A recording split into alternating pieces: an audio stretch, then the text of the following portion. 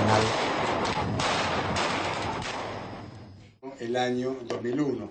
Como ustedes recuerdan, luego de un proceso recesivo de al menos 3 años, la Argentina se fue secando y terminó declarando su cesación de pagos de la deuda externa, que fue la cesación de pagos de deuda soberana más grande de la historia. Las fábricas cerraban, el desempleo superaba el 25%, la pobreza superaba el 50%, los bancos quebraban, los depositantes reclamaban los ahorros que habían perdido, todos, algunos más, los que somos más grandes, otros menos, los más jóvenes, pero todos tenemos y vamos a tener, mientras vivamos, grabados los recuerdos de aquellos tristes días que nos tocó vivir en nuestro país.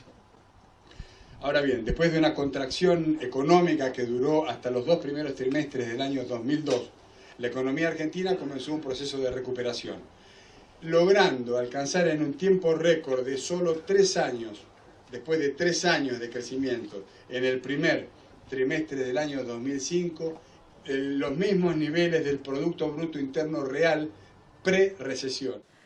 Hello, I'm Lamari Bedford for LPAC TV.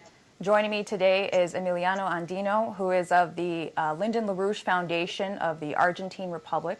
Hello, Emiliano. Thank you for joining us. Hello, Limari. I would just like to start out by pointing out the obvious.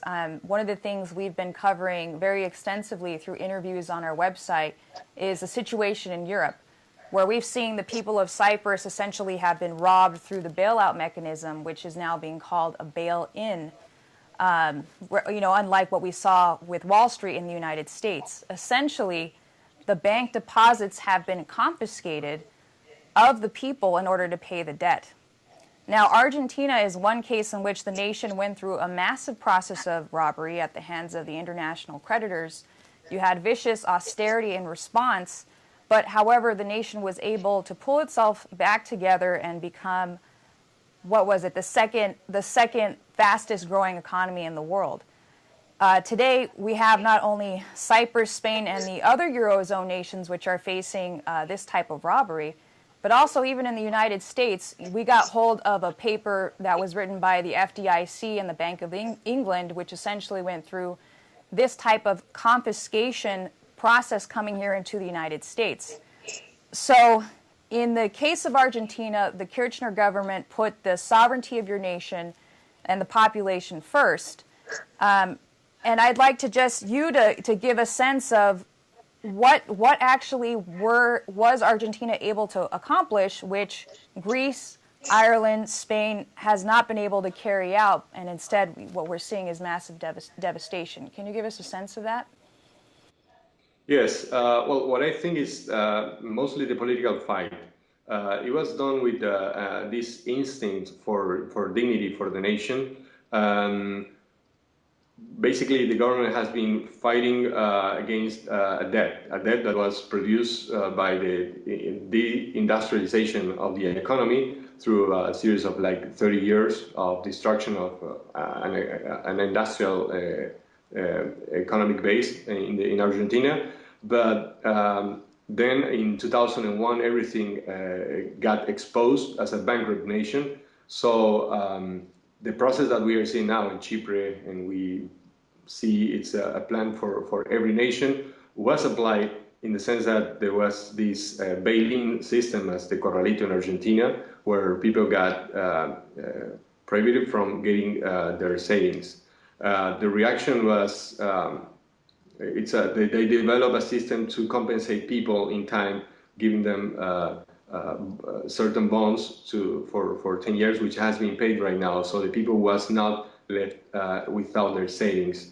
But mainly it was the leadership of Néstor Kirchner to push for the restructuration of the debt the Argentina has, which received a very good reception, but it was not easy. It was not an easy job, and mostly the most important thing was this permanently exposition that there is only one solution.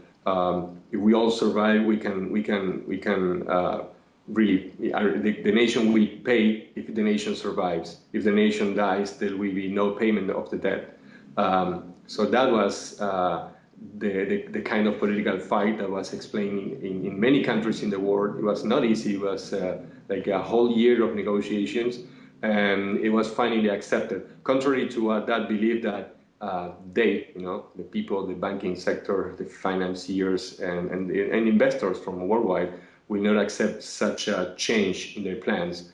So I think that not only provided certain health for the Argentine economy, but mostly this sense of dignity that helped create a political base to push for the reconstruction of an industrial and productive economy, which later became this base for growth of the nation. So it's this the economic measure that it's led by this political courage that is absolutely needed. Without that, there is no measure that will be applied by itself. It needs that political leadership. Mm-hmm. Yeah, let's go back a little bit, because I know that you had a very personal experience because you were in the United States as the whole situation was exploding in Argentina. And in the United States at that same time, the population was in a complete fantasy that the IT bubble and the mortgage bubble would never collapse and that there would be infinite possibilities on how to create wealth. We saw that collapse here. But can you give us a bit of your perspective from your personal experience, what you saw taking place? Well, remembering my experience on that part of history, the process was clear. Once it was this complete explosion of the Argentine economy as the end of a 30 years process of this deindustrialization of the Argentine economy. We were living this in 2001, where maybe when it was the peak point of the real estate bubble that we were denouncing in the US, we were exposing it in Europe and Spain, and I remember trying to make people understand that when you believe in that economy that it makes money out of money, when you live from financial bubbles, the future will be the same as the one that Argentina was suffering. In that moment, we campaigned worldwide, putting Argentina as a political case that would bring us to the point we are right now. Because LaRouche, I remember he said, Argentina was the litmus test for the whole planet. If we don't put attention, if we don't deal with that, if we don't defend a nation against these bolster funds that were trying to completely loot the country and push it into more bigger bankruptcy, then this will go contaminate the rest of the planet because of that political courage. So I think that's somehow the situation right now. We all see that happening. Yes, the political actions that Argentina did saved the nation up to now. We are now in front of the biggest crisis. But what we are seeing in Europe and in the United States is something similar to what we are seeing now in Cyprus, that it's happening there, but it will happen to the rest of the nations, as what happened to Argentina is happening, had happened now already into this big financial crisis. So I think every time, the more we lose time understanding that this is a global problem, a problem of the whole economic system, it gets worse and wider. Mm-hmm. Yes, and this is something that Glass-Steagall has also been meant to introduce, is this idea that you create this separation in the banking system, and it's a principle, it's not just a law. So you're talking about something that can be brought in for the entire global system, a principle upon which nations can operate and then be able to protect their sovereignty and protect their population. And one example I would like to make mention of is the case of Iceland. Iceland is the first nation to have put forward a Glass-Steagall motion, I would say. Basically, their Glass-Steagall motion calls upon the finance minister to look at the best way to make this separation between commercial and investment banking. And as we know, they were the first nation to collapse in the aftermath of this whole 2008 crisis, this whole 2008 meltdown. So I think there another case of the country putting the welfare before the British financial system. And I'd like to get a sense of Glass-Steagall as something that is it something that Argentina might be taking up soon? I think so. The way you were talking about the Glass-Steagall spirit or principle, I think that the whole restructuring of the debt was not seen as the debt as something sacred, but actually not something literal. We have a debt. Actually, we have this relation with investors or people that now are creditors, and we try to respect them as much as possible, but without losing the dignity of the population. So I think I see in that, I see the Glass-Steagall principle. From what we can see or what we can discuss, what we have been discussing in our political organizing here is that there is this understanding of the necessity of the separation of the banking sector from commercial banking and investment banking. And that is something that has been publicly claimed by Kirchner in public speeches. We need to separate both banking sectors because one looks the other one. So that's something that urgently must be applied. Then we have this idea that is here that the banking sector in Argentina is not too big in order to have that as a big problem, but we have the banking sector in Argentina is not separated, it's unified. And there is some kind of a process of laws being applied that the third step, that is the one that is not missing now, but it is the next one to be applied, is transformation of the banking sector. And I think that's the opportunity to include the Glass-Steagall principle. Not just separation of banking sector, but actually the whole economic view of what Glass-Steagall means. So it's known, it's discussed, it's announced publicly. Yes, the president didn't call it Glass-Steagall, but banking sector must be divided because it's like it is now. Right now, it's sick, and also in the same way, Kirchner has called for the end of the euro as a bloc that doesn't allow the nations of Europe to have sovereignty and being able to solve this crisis. She has said that in public, that if the nations of Europe don't recover their national currencies, don't recover their economic sovereignty, the crisis will get worse and worse and worse. So somehow, that's the spirit is there. In principle, it's acting right now. Mm-hmm. Can you give us more of a sense of your activity, your organizing work that you're doing on the ground in Argentina? For instance, is Glass-Steagall something that's become sort of a household word as it's become here in the United States? No, not yet. We are making this campaign to present the benefits or what kind of transformation Glass-Steagall means with our video production, and that's being distributed in Congress. And that's being distributed in the whole political sector of the government. And of course, it's taking this education process, but the necessity is seen. We still need to develop the understanding of the capacity to adopt that law, but as it works, maybe culturally or politically, it's known that it needs to be more advanced in the US, in Europe, since, as I said, when you have the spirit, they say, well, but they have to move first, so we can support it in 1 second.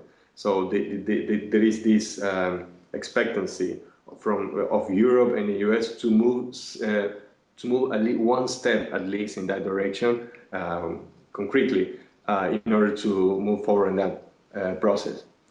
I think with our campaign, we need to put the Glass-Steagall, because the name Glass-Steagall will allow us to link the fight to the whole international fight. But I think we are just in that point to include the name, the official name of this transformation. Mm-hmm. I did want to go back and ask something which was more on the hedge funds that have, and the vulture funds that have been part of persecuting Argentina. And even just up in the recent period, you had a confiscation of an Argentine ship in the port of Guyana against international law. And basically the ambassador from Argentina to the United States, the Jorge Arguello, he brought up that this that the vulture funds approach is to say, okay, well, we want our money, even if it's, you know, inflated beyond belief, beyond what's really owed, and we're going to go to any court in the world we can possibly find to get it back. And can you elaborate more on this case to give people a sense of how this is really operating? Yes, this has been operating from the crisis of 2001, and it's still right now. The process is, we have this, you can call it nasty debt, and they are operating using the lack of Glass-Steagall as an international principle, and they are, as they have been buying, and they will keep buying more and more debts of countries in troubles at a very cheap price, but then they make a political or legal fight to get the whole nominal price of the bonds they bought. The issue is that where do they obtain that legal backing? It's in the whole planet. They go for different judges in every nation of the world who will be able to back up that claim. In many cases, not in the case of Argentina, but in the case of many countries, the country had to pay like 10, 20, or 100 times more of the original value. So Glass-Steagall is perfect in that case because we'll not allow the existence of vulture funds. Of course, also will not allow these financial paradises.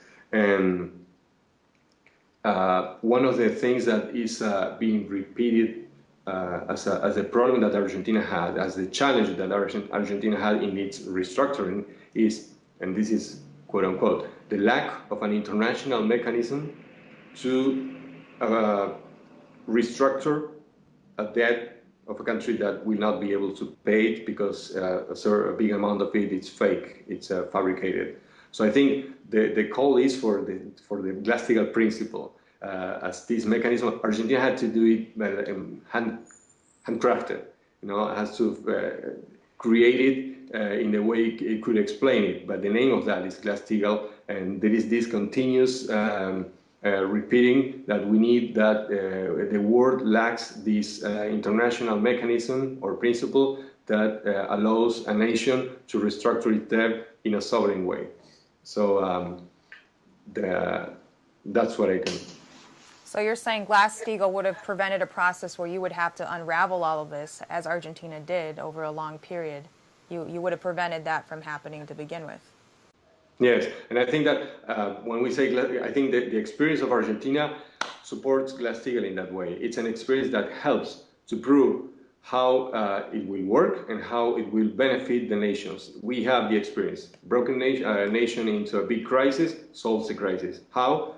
Through this process of dealing not just, I can say, with the debt, but the political power of the world, which is the financial oligarchy. Argentina did that. For example, we have to remember the relation with the IMF. The IMF was practically kicked out of the nation, and that's something that we need to do worldwide. From the world, we have to kick them out. Right now, there is no office of the IMF in Argentina. That was a process of they were disintegrating politically. They couldn't stand their work because they are not respected at all. But that's what I mentioned. The complete confronting all the political economic power of this banking sector that has created all this bubble that pretends to loot and apply a genocide. So. Glass-Steagall will make this process. I think what we are saying politically here is that Glass-Steagall can do what Argentina did in 1 or 2 years. It can do it in 1 day by just applying the process. Is there anything you want to add about what's happening politically right now in Argentina? Well, I think that it's something that is right now we have a mass demonstration. In this moment of the interview, there is a mass demonstration against the Kirchner government. As we can see, very fabricated and produced in several years and months by mass media with very vague concepts that we can see in the same political situation in Russia, where the government is being attacked for this supposed lack of democracy, lack of security, all these big problems, these big conflicts, with no political leadership at all. But I think that we have to understand, and continuously we think that in the US, in Europe, if you're talking about transforming the economic model of the nation into a productive one, you will have problems. And I think it's not that you will have problems after applying them, but when you're fighting for that. So I think, as we can see, the situation in Europe that is really bad is very evident, but the solutions are not applied.